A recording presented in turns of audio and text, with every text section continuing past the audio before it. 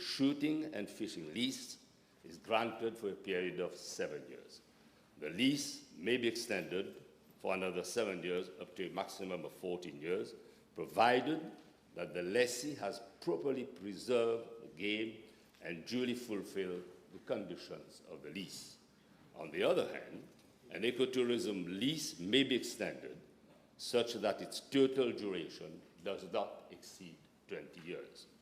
As regards Part B of the question, Mr. Deputy Speaker, I'm informed that by the Forestry Service, that 4 leases have been cancelled and 2 leases have not been reviewed over the past 3 years.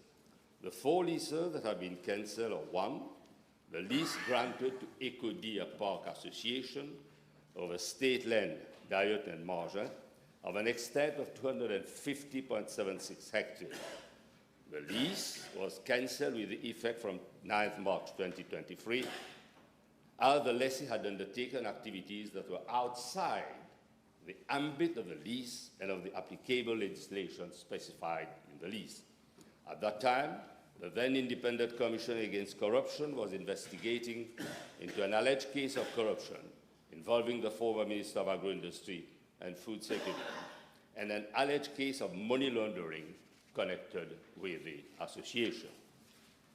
Secondly, the lease granted to Agri-Hunt and Lodge Limited of a part of state land, Good End, of an extent of 75.69 hectares was cancelled on the 17th January 2026, as the lease had failed to settle rent for a period 8 September 2025 to 7 September 2026 by the set deadline of the 1st of April 2025, which had been extended twice up to October 2025.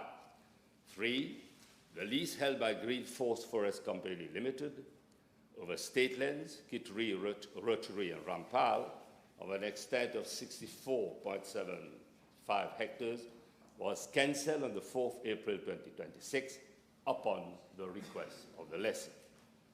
Finally, the lease granted to Société Hémisphère de l'Est over state land, Descent and Valton Rochery, Leclerc and Galanterie, of an extent of 178.68 hectares, was cancelled on the 25th May 2026 in view of the several breaches of the Lease and Shooting and Fishing Leases Act.